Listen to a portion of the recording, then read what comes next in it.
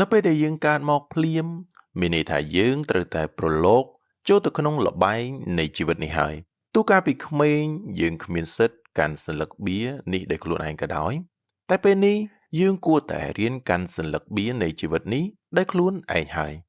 ពិតណាស់នៅពេលដែលយើងចាប់កំណើតមកលើផែនដីនេះយើងប្រៀបបាននឹងកីឡាករម្នាក់ដែលត្រូវបានគេរុញឲ្យចូលទៅក្នុងសង្វៀននៃល្បែងដ៏ធំមួយដែលមានឈ្មោះថាល្បែងនៃជីវិតក្នុងដំណាក់កាលដំបូងនៃល្បែងនេះគឺនៅពេលដែលយើងនៅជាកុមារយើងមិនមែនជាអ្នកកាន់សន្លឹកបៀនេះទេ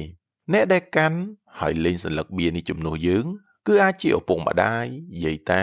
ឬអាណាព្យាបាលរបស់យើងពួកគាត់ជាអ្នកសម្រេចចិត្តគ្រប់យ៉ាងជំនួសយើងចាប់តាំងពីការជ្រើសរើសសាលារៀនការរៀបចំសម្លៀកបំពាក់រហូតដល់ការសម្រេចចិត្តថាតើគួរឲ្យយើងរាប់អានមិត្តភ័ក្តិបែបណាហេតុអ្វីក៏បែបនេះព្រោះនៅពេលនោះយើងនៅក្មេងខ្ចីពេកយើងមិនទាន់យល់ពីអ្វីខុសអ្វីត្រូវមិនទាន់ដឹងថាសន្លឹកបៀមួយណាជាសន្លឹកល្អឬសន្លឹកបៀមួយណាជាសន្លឹកអាក្រក់សម្រាប់អនាគតរបស់យើងនោះទេពួកគាត់លេងសន្លឹកបៀទាំងនោះដោយផ្អែកទៅលើបទពិសោធន៍របស់ពួកគាត់និងក្តីស្រឡាញ់ដែលគាត់មានចំពោះយើងដើម្បីការពារនិងផ្ដល់ឲ្យយើងនូវការចាប់ផ្ដើមដ៏ល្អបំផុតតាមដែលអ្វីដែលពួកគាត់អាចធ្វើទៅបានប៉ុន្តែពេលវេលានោះគឺមិនថិតថេររហូតនោះទេនៅពេលដែលយើងធំដឹងក្តី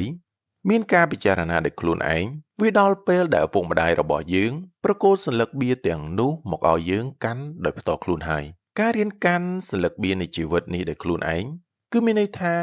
យើងត្រូវចាប់ផ្ដើមរៀនធ្វើការសម្រេចចិត្តដោយខ្លួនឯងរៀនទទួលខុសត្រូវលើជម្រើសរបស់យើងនិងរៀនដោះស្រាយបញ្ហាដែលបានកើតឡើងដោយខ្លួនឯងនេះគឺជាដំណាក់កាលដ៏សំខាន់បំផុតនៃជីវិតរបស់យើងម្នាក់ៗឧទាហរណ៍ជាក់ស្ដែងកាលពីក្មេង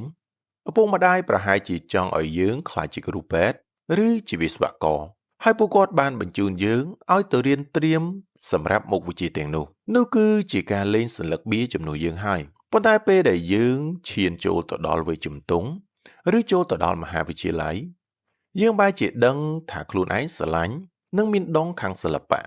ឬមានដុងខាងការសរសេរកូដកុំព្យូទ័រទៅវិញពេលនេះហើយជាពេលដែលយើងត្រូវសម្រេចចិត្តកាន់សន្លឹកបៀនេះដោយខ្លួនឯងថាតើយើងនឹងបន្តតាមក្តីស្រមៃរបស់ពួកគាត់ឬក៏ជ្រើសរើសសន្លឹកបៀដែលជាទេពកោសល្យនិងក្តីសុខរបស់យើងពិតប្រាកដការសម្រេចចិត្តនេះគឺទាមទារភាពក្លាហាន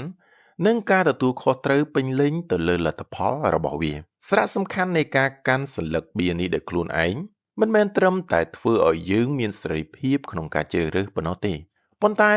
វាក៏បង្រៀនយើងឲ្យចេះពីសិល្បៈនៃការលេងផងដែរនៅក្នុងល្បែងជីវិតយើងមិនអាចជ្រើសរើសសន្លឹកបៀដែលយើងទទួលបានពេលចាប់ផ្ដើមបានទេ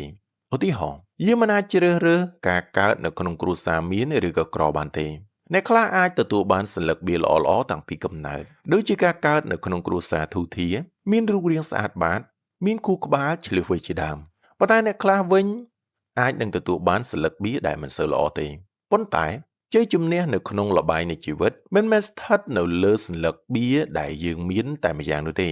តែវាស្ថិតនៅលើរបៀបដែលយើងលេងសន្លឹកបៀនោះឧទាហរណ៍បុគ្គលម្នាក់ដែលកើតនៅក្នុងគ្រួសារក្រីក្រដែលមានសន្លឹកបៀមិនល្អប៉ុន្តែគាត់បានសម្រេចចិត្តលេងបៀនោះដោយភាពឆ្លៀសវៃ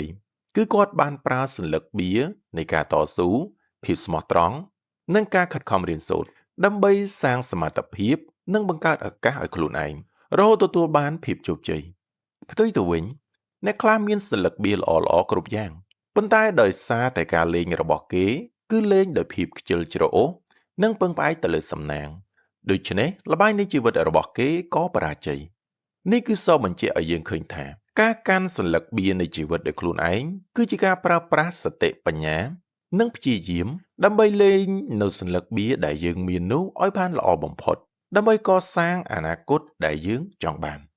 2. ការបើកចិត្តព្រមទទួលយកការអភិវឌ្ឍខ្លួនឯងមានន័យថាយើងកំពុងដើរនៅលើគោលដៅរបស់យើងហើយមនុស្សយើងភាគច្រើនគឺមានគោលដៅនិងក្តីសុបិនរៀងៗខ្លួនប៉ុន្តែហេតុអ្វីបានជាមនុស្សជាច្រើននៅជាប់គាំងនៅកន្លែងដដែលចម្លើយគឺដោយសារតែពួកគេ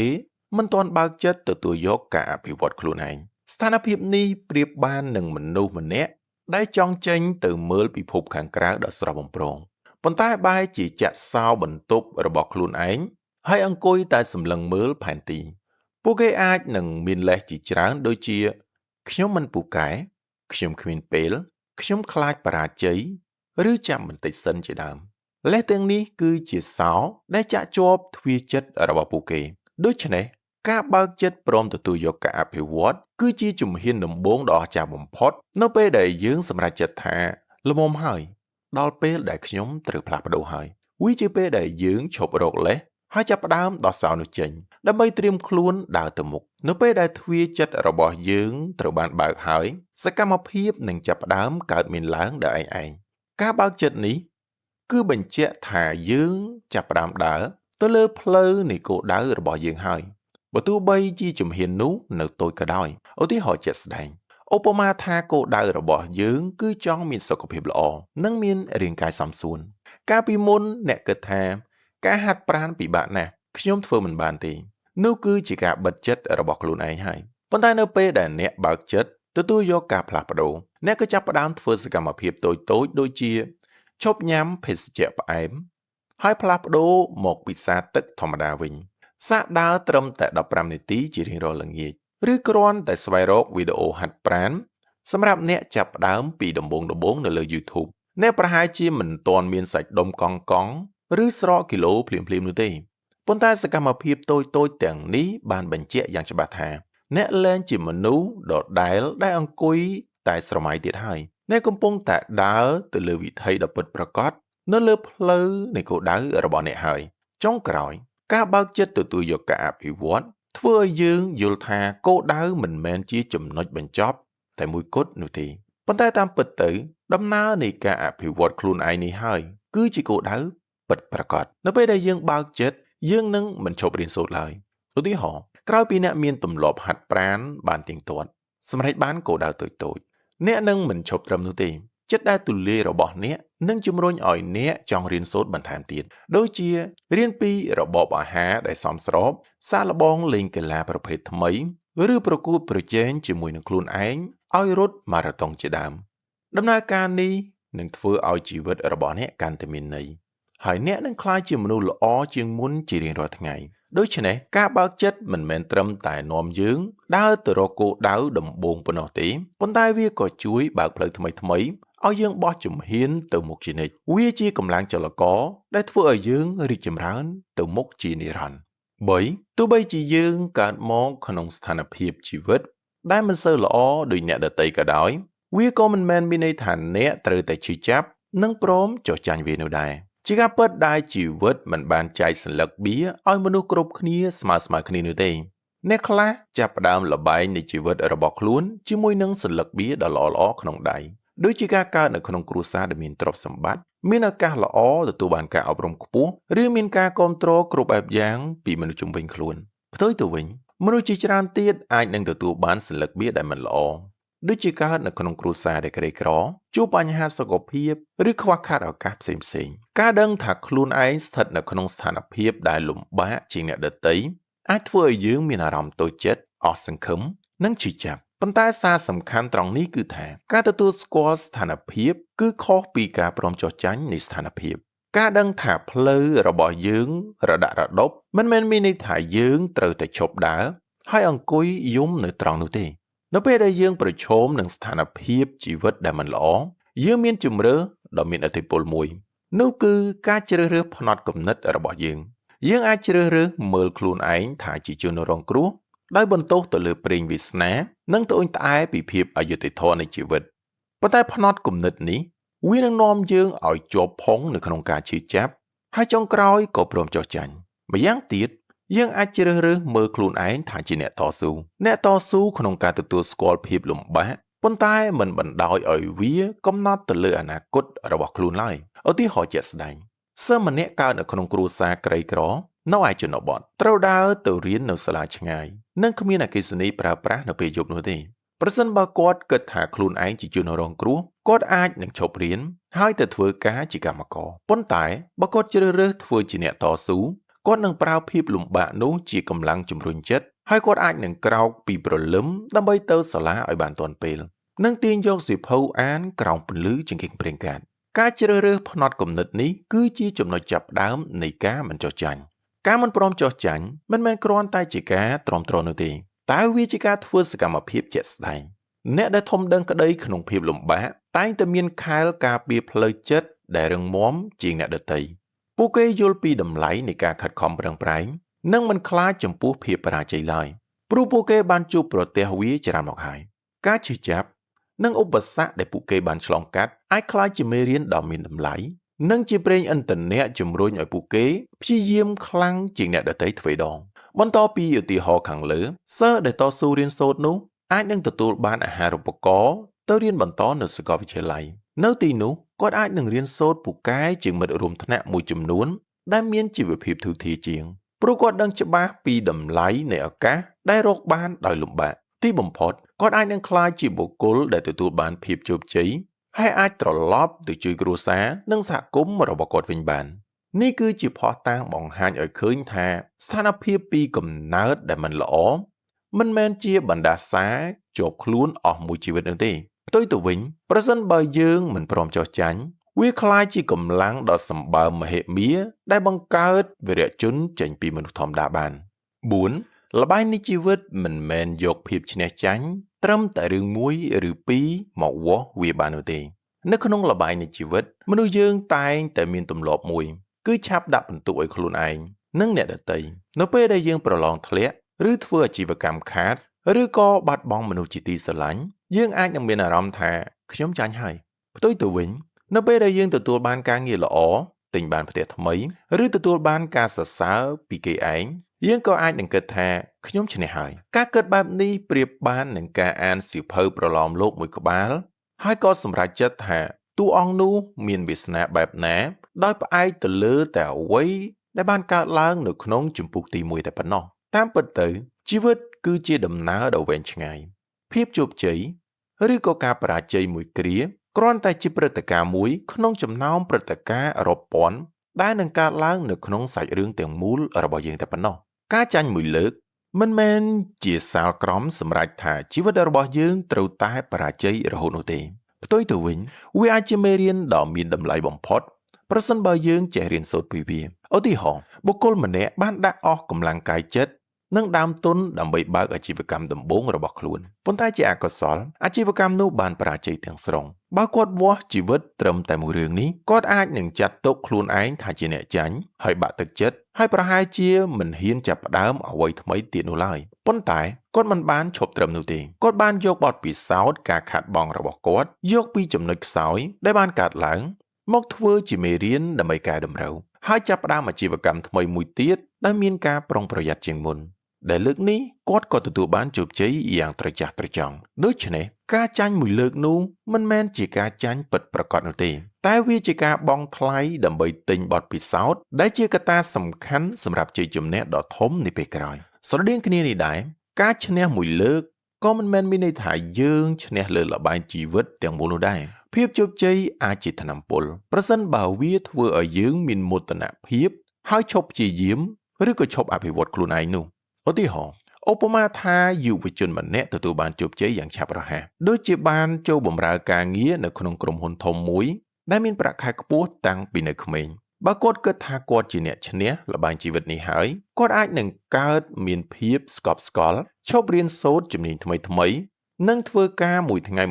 ឲ្យរួចតែពេលដៃខណៈពេលដែលមិត្តភ័ក្តិឬសហការីផ្សេងទៀតនៅតែបន្តអភិវឌ្ឍខ្លួន5ឆ្នាំក្រោយគាត់អាចនឹងត្រូវគេនាំមុខឬអាចនឹងបាត់បង់ការងារដោយសារសមត្ថភាពរបស់គាត់លែងឆ្លើយតបនឹងតម្រូវការទីផ្សារទៀតហើយភាពជោគជ័យពីដំបូងរបស់គាត់ក៏คล้ายទៅជាអតីតកាលដ៏សោះកក្រោះហេតុនេះហើយពិន្ទុសរុបនៃជីវិតមិនមែនស្ថិតនៅលើការឈ្នះមួយប្រកួតឬក៏ចាញ់មួយប្រកួតនោះទេតែវាស្ថិតនៅលើការតស៊ូការព្យាយាមមិនបោះបង់និងការចេះក្រោកឈរនៅពេលដែលដួល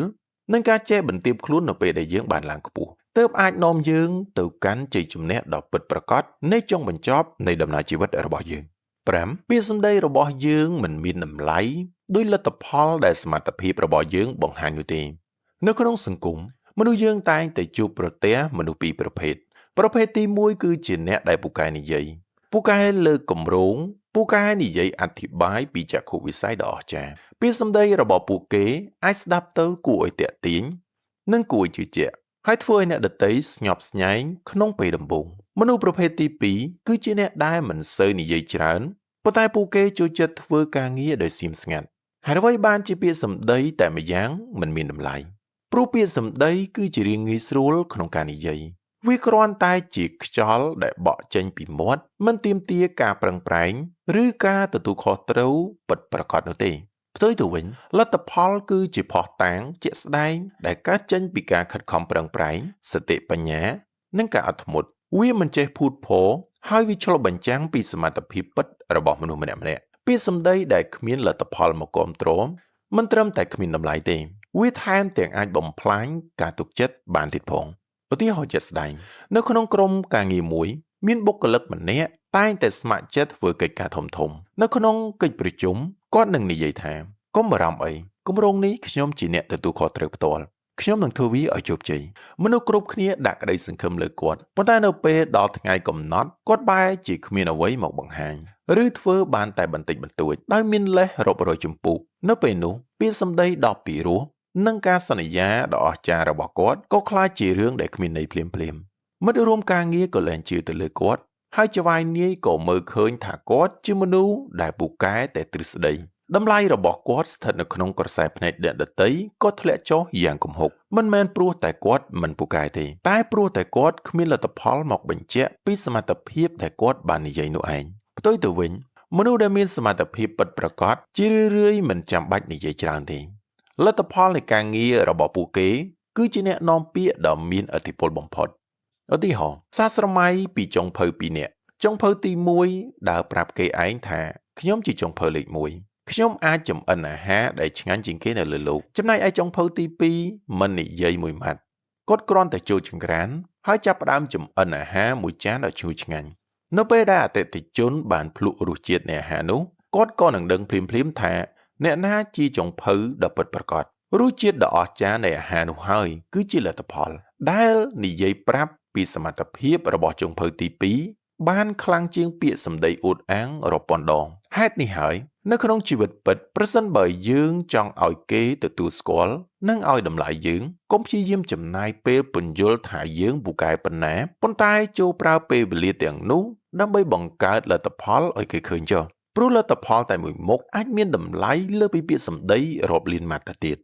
6នៅក្នុងកម្មវិធីនៃកិច្ចការសំខាន់ៗរបស់អ្នកត្រូវតែមានកម្មវិធីសម្រាប់ថែទាំសុខភាពរបស់អ្នកមនុស្សយើងភាគច្រើនមានពេលរៀបចំកាលវិភាគការងារដែលតែងតែផ្ដោតទៅលើកិច្ចការសម្រាប់រកប្រាក់ចំណូលឬកិច្ចការដែលត្រូវបំពេញឲ្យទាន់ពេលវេលាកំណត់បញ្ជីកិច្ចការរបស់យើងពោរពេញទៅដោយការប្រជុំជាមួយអតិថិជនការបញ្ចប់គម្រោងការឆ្លើយតបអ៊ីមែលប៉ុន្តែយើងកម្រនឹងដាក់កិច្ចការចូលគេងឲ្យគ្រប់8ម៉ោងឬហាត់ប្រាណ30នាទីជារៀងរាល់ថ្ងៃចូលទៅក្នុងបញ្ជីកិច្ចការសំខាន់ៗរបស់យើងណាយើងប្រៀបបាននឹងអ្នកបើកបរម្នាក់ដែលបដិញ្ញាចិត្តឆ្ពោះទៅដល់គោលដៅឲ្យបានលឿនបំផុតដោយភ្លេចគិតថាត្រូវចាក់ប្រេងឥន្ធនៈឬត្រូវត្រួតពិនិត្យម៉ាស៊ីនផងបើទោះបីជារថយន្តនោះទំនើបនិងមានតម្លៃប៉ុណ្ណាក៏ដោយប្រសិនបើគ្មានប្រេងឥន្ធនៈឬម៉ាស៊ីនខូចនៅពាក់កណ្ដាលផ្លូវវាច្បាស់ជានឹងមិនអាចទៅរួចនោះទេដូចគ្នាដែរបើទោះបីជាយើងមានគម្រោងការនិងមហិច្ឆតាធំប៉ុណ្ណាក៏ដោយបើរាងកាយដែលជាយានជំនិះតែមួយគត់របស់យើងដួលរលំកិច្ចការសំខាន់ៗទាំងអស់ក៏ត្រូវជាប់គាំងដែរការដាក់កម្មវិធីថែរក្សាសុខភាពគឺមានន័យថាយើងត្រូវតែចាត់ទុកសកម្មភាពទាំងនោះថាជាការណាត់ជួបដ៏សំខាន់មួយជាមួយនឹងខ្លួនឯងដែលមិនអាចលើកពេលឬក៏លុបចោលបាននោះទេឧទាហរណ៍ជាក់ស្ដែងអ្នកគ្រប់គ្រងម្នាក់ឈ្មោះតារាតែងតែធ្វើការរហូតទៅដល់យប់ជ្រៅគាត់ញ៉ាំអាហារមិនទៀងពេលហើយគ្មានពេលសម្រាប់គ្រួសារឡើយព្រោះគាត់គិតថាត្រូវធ្វើគម្រោងធំមួយឲ្យបានសម្រេចមួយរយៈក្រោយមកគាត់ក៏ចាប់ផ្ដើមឈឺក្បាលញឹកញាប់ភ្លេចភ្លាំងច្រើននិងចាប់ផ្ដើមឆាប់អស់កម្លាំងពេលនោះគាត់បានសម្រេចចិត្តផ្លាស់ប្ដូរកាលវិភាគរបស់គាត់បានដាក់ម៉ោងហាត់ប្រាណពីម៉ោង6ទៅដល់ម៉ោង7ល្ងាចចូលទៅក្នុងប្រតិទិននៃការងាររបស់គាត់ហើយគូចំណាំថាវាជាពណ៌ក្រហមទុកដូចជាការងារដែលគាត់ធ្វើជាមួយនឹងអតិថិជនសំខាន់ដែរទោះបីមាននរណាម្នាក់ទូរស័ព្ទមកគាត់សុំប្រជុំនៅម៉ោងនោះក៏ដោយគាត់នឹងឆ្លើយថាសូមអភ័យទោសខ្ញុំជាប់ណាត់សំខាន់ហើយគាត់ចាប់ផ្ដើមទទួលទានអាហារថ្ងៃត្រង់ឲ្យបានទៀងពេលនិងបង្ខំខ្លួនឯងឲ្យឈប់ធ្វើការនៅម៉ោងដែលបានកំណត់ដើម្បីមានពេលវេលាសម្រាប់ឲ្យបានគ្រប់គ្រាន់គួរឲ្យភ្ញាក់ផ្អើលថាមពលការងារនិងគំនិតច្នៃប្រឌិតរបស់គាត់ បែរជាការឡើងលើសមុនទៅទៀតចុងក្រោយយើងត្រូវតែយល់ថាការវិនិយោគទៅលើសុខភាពគឺជាការវិនិយោគដែលផ្ដល់ផលតបស្នងខ្ពស់បំផុតក្នុងរយៈពេលវែងកិច្ចការសំខាន់ៗភាពជោគជ័យនិងទ្រព្យសម្បត្តិវាប្រៀបបាននឹងគ្រឿងសង្ហារិមដ៏ប្រណិតឬថ្នាំលាបពណ៌ដ៏ស្រស់ស្អាតនៅក្នុងផ្ទះមួយ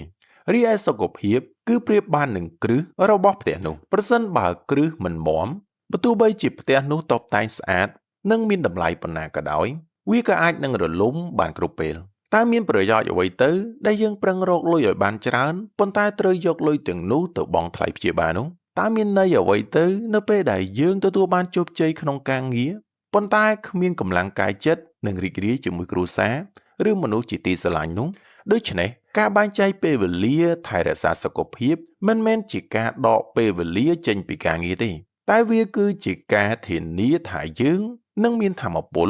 មានសមត្ថភាពនិងពេលវេលាដ៏យូរអង្វែងដើម្បីសម្រេចកិច្ចការសំខាន់ៗទាំងនោះឲ្យសម្រេចបាននៅគោលដៅពេញមួយជីវិតរបស់យើង